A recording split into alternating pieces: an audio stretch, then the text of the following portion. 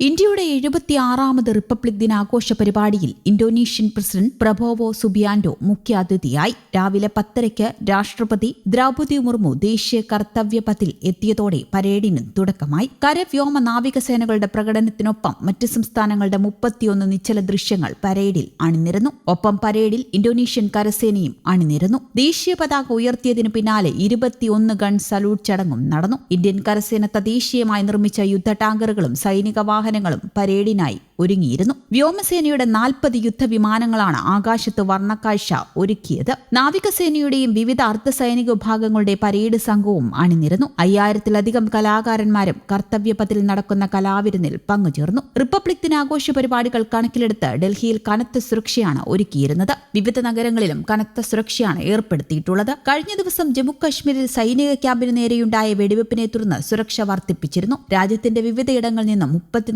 വിഭാഗത്തിൽപ്പെട്ടവരാണ് parade കാണുന്നതിനായി സർക്കാരിന്റെ ക്ഷണം സ്വീകരിച്ച് എത്തിയത്. ഇതിൽ നിർമ്മാണ തൊഴിലാളികളും ആശാവർക്കർമാരും അങ്കണവാടി തൊഴിലാളികളും ഉൾപ്പെട്ടിരുന്നു. ഇതിനു പുറമെ ഗ്രാമീണ സർപഞ്ചുമാർ, ദുരന്ത നിവാരണ പ്രവർത്തകർ, കമ്മ്യൂണിറ്റി റിസോഴ്സ് പേഴ്സണൽ, PM-HSC പദ്ധതിയിലെ ഗുണഭോക്താക്കൾ, കൈത്തറി കലാകാരന്മാർ, കരകൌശല തൊഴിലാളികൾ, വിവിധ പദ്ധതികളിൽ ഉൾപ്പെട്ട ആദിവാസി ഗുണഭോക്താക്കൾ തുടങ്ങിയവരും സർക്കാരിന്റെ അതിഥികളായി. പ്രതിരോധത്തിലും വിതരണ ശൃംഖലയിലും ഒന്നിച്ചു പ്രവർത്തിക്കാൻ ഇന്ത്യ-ഇന്തോനേഷ്യ ധാരണയിലുമായി. പ്രധാനമന്ത്രി നരേന്ദ്രമോദിയും ഇന്തോനേഷ്യൻ പ്രസിഡന്റ് പ്രബോവോ സുബിയാന്റോയും ന്യൂഡൽഹി ഹൈദരാബാദ് ഹൌസിൽ നടത്തിയ കൂടിക്കാഴ്ചയിലായിരുന്നു തീരുമാനം. ഉഭയകക്ഷി പ്രതിരോധ സഹകരണം കരാർ നടപ്പാക്കാൻ ഉന്നതതല പ്രതിനിധി സംഘത്തെ ഇന്ത്യയിലേക്ക് അയക്കുമെന്നും പ്രബോവോ പറഞ്ഞു. ഇന്ത്യയിൽ നിന്ന് ബ്രഹ്മോസ് ക്രൂയിസ് മിസൈൽ വാങ്ങാൻ ചർച്ച നടത്തുന്നതിനിടയിലാണ് പ്രതിരോധ സഹകരണം വർദ്ധിപ്പിക്കാനുള്ള ധാരണയായത്. ബ്രഹ്മോസ് ഇടപാട് അന്തിമമാക്കിയെന്നാണ് സൂചന. സമുദ്ര സുരക്ഷ, കുറ്റകൃത്യങ്ങൾ തടയൽ, തിരച്ചിൽ, രക്ഷാപ്രവർത്തനം, ശേഷി വർദ്ധിപ്പിക്കൽ എന്നിവയുമായി ബന്ധപ്പെട്ട് തീരദേശ സേനയും ഇന്തോനേഷ്യയുടെ സമുദ്ര സുരക്ഷാ ഏജൻസിയും കരാറിൽ ഒപ്പിട്ടു. വ്യാപാരം, സൈബർ സുരക്ഷ,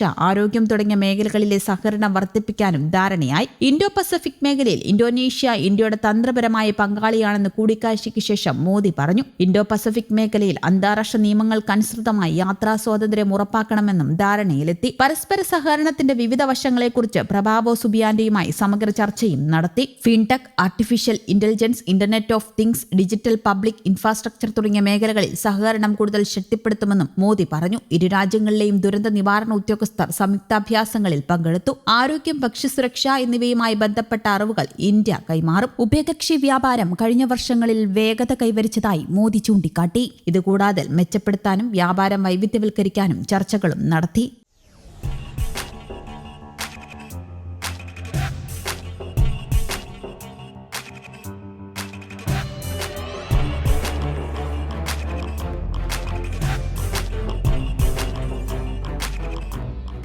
ന്യൂസ് ഡെസ്ക്, കേരള കൗമുദി.